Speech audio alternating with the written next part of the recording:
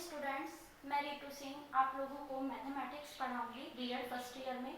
तो हम लोग हमारी थर्ड यूनिट से शुरू करते हैं, जिसका नाम हमारी थर्ड यूनिट है गणित शिक्षण में अधिगम विधियाँ। इसके अंतर्गत जो है हम गणित शिक्षण के बारे में तथा उसकी जो विभिन्न विधियाँ हैं, गणित शिक्षण की विधियों के बारे में जो है अध्ययन करेंगे। अब इसमें हमारा जो फर्स्ट टॉपिक है वह है अवधारणा का अर्थ तथा उसकी प्रकृति। अब देखिए हम बात करते हैं अवधारणा की। जैसा कि हम सभी जानते हैं कि हम लोग जो है कुछ शब्द या फिर कुछ संकेत होते हैं जो किसी सिद्धांत को या फिर किसी नियम को जो है शब्दावली प्रदान करते हैं। जैसे कि उदाहरण के तौर पर आप सभी जानते होंगे, जैसे ये संकेत है, ये संकेत है, ये भी संकेत है। तो ये सभी संकेत क्या होते हैं, हमें कुछ ना कुछ जो है संकेत देते हैं। तो इन संकेतों को जो है हम हमारी शब्दावली में बदलते हैं तथा उसके लिए जो है एक अवधारणा निर्धारित कर लेते हैं। ठीक है, तो अब हम बात करते हैं अवधारणा के अर्थ की। अवधारणा का अर्थ,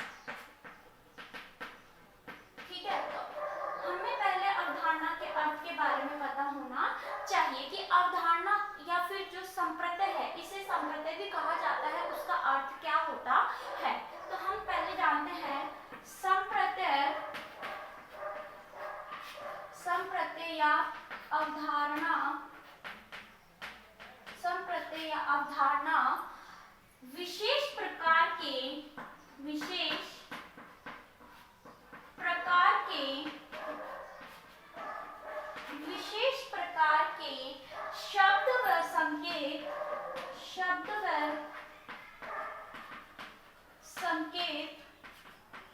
शब्द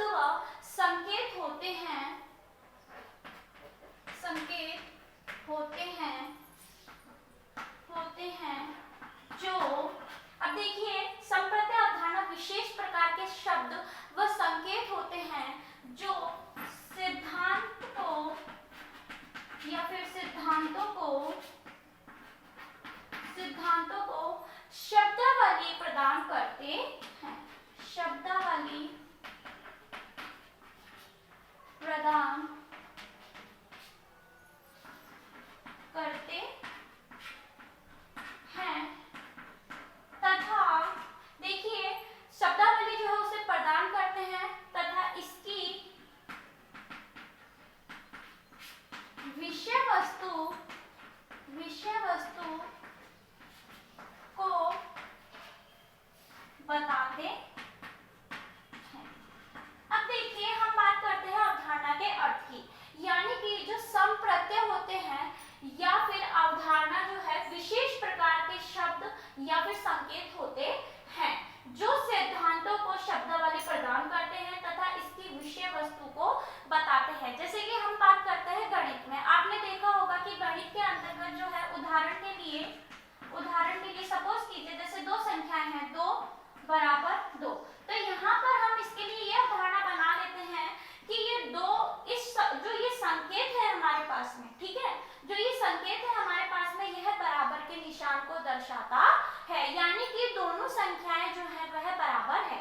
ठीक इसी प्रकार जैसे 3 ग्रेटर देन 2, अब जो ये वाला जो हमारा निशान है वह इस अवधारणा को इंगित करता है कि जो 3 होता है वह बड़ा होता है 2 से, ठीक है, या फिर हम कह सकते हैं कि जो 2 है वह 3 से छोटा है। तो हमारे पास में जो ये संकेत है, इस संकेत के द्वारा जो है हम अवधारणा बना लेते हैं या फिर एक अवधारणा का निर्माण करते हैं कि जो ये संकेत होते हैं ये हमें ये बताते हैं कि कोई संख्या जो है आपस में बराबर है या फिर उससे छोटी है या बड़ी है।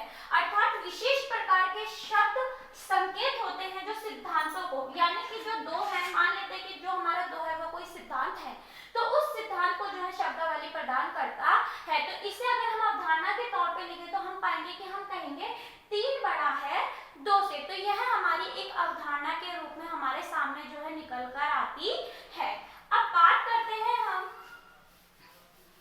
कि ये तो हमने जानी कि जो अर्थ है उसके बारे में, ठीक है। अब हम बात करते हैं कि इसके लिए जो है कुछ जो वैज्ञानिक होते हैं उन्होंने जो है अपनी परिभाषा दी है, जिसमें हम देते हैं गुण एवं हेड के अनुसार।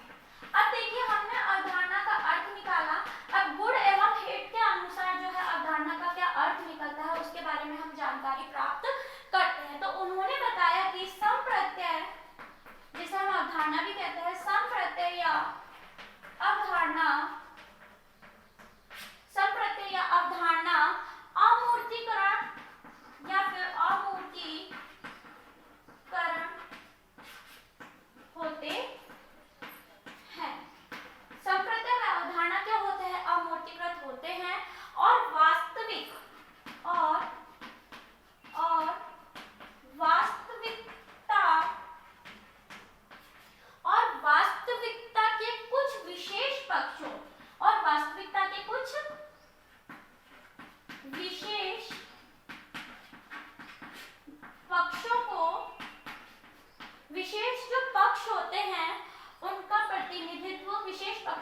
प्रतिनिधित्व करते हैं, प्रतिनिधित्व करते हैं। ठीक है, ये गुड और हेट ने बताया कि जो संप्रत्यय अवधारणा होती है वह अमूर्तीकरण होते हैं तथा वास्तविकता के कुछ विशेष जो पक्ष होते हैं उनका जो है प्रतिनिधित्व करते हैं। अब देखिए इसका मैं एक सिंप्लीफिकेशन करूंगी। जैसा कि मैंने आपको बताया कि हम लोग जो है कई चीजों को जो है गणित विषय के अंतर्गत अवधारणा के रूप में जो है एकीकृत करते हैं। जैसा उदाहरण मैंने आपको दिया कि 2 बराबर 2। अब ये कुछ शब्द या संकेत, तो हम इसे संकेत के रूप में लेते हैं। अब जैसे मैंने इसे संकेत के रूप में बताया तो ये है जो संकेत है वह ये बताता है कि ये और ये जो संख्या है यह दोनों आपस में क्या है, बराबर है। तो इसे यह शब्दावली क्या प्रदान करेगा, 2 और 2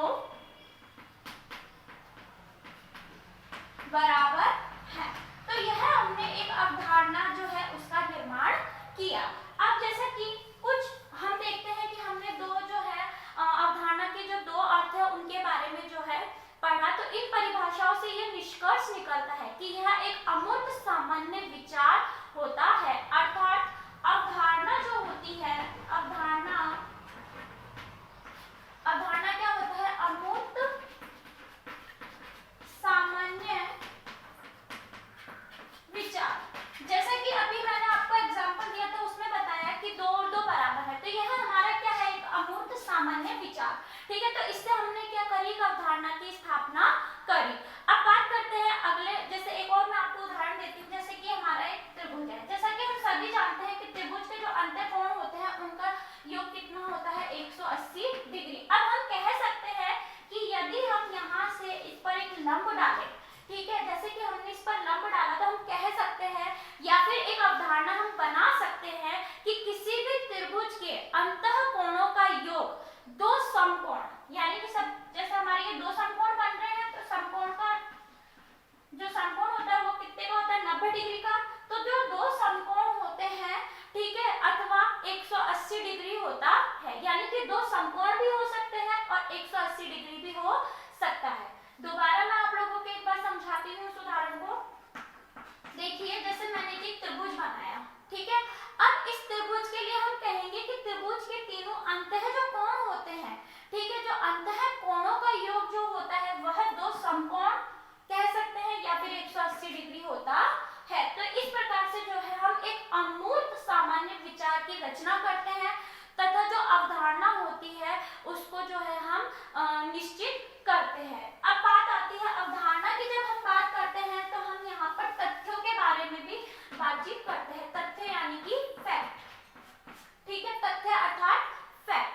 अब बात करते हैं तथ्य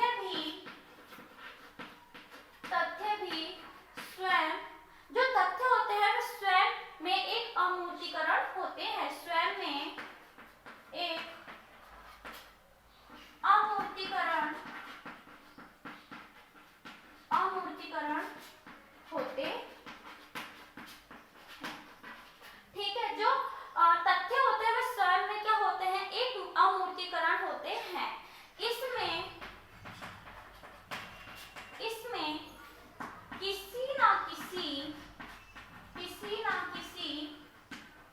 हम देखते हैं कि इसमें किसी न किसी प्रकार देखना, सुनना एवं अनुभव करना, अनुभव जो होता है करना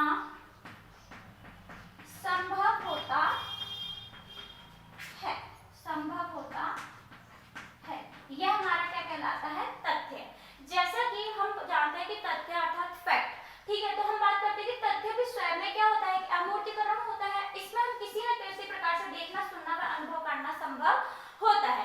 कैसे, जैसे मैंने आपको उदाहरण दिया अभी त्रिभुज का, तो इसे हम देख सकते हैं, ठीक है, जो हमारा तथ्य है वह क्या है कि जो अंतःकोण होते हैं वह 2 समकोण या फिर 180 डिग्री होता है। तो इसे हम देख भी सकते हैं, सुन भी सकते हैं तथा अनुभव करना भी इसे संभव होता है। तो आज हमने जो है हमारी जो 3rd इकाई है उसके अंतर्गत अवधारणा के बारे में जो है थोड़ी जानकारी ली तथा उसके अर्थ को जाना। तो आपका आज का गृह कार्य है,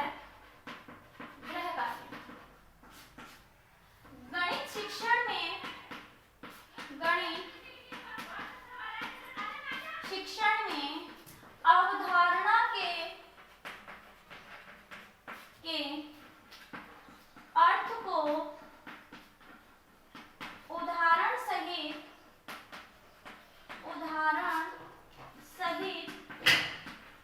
समझाइए।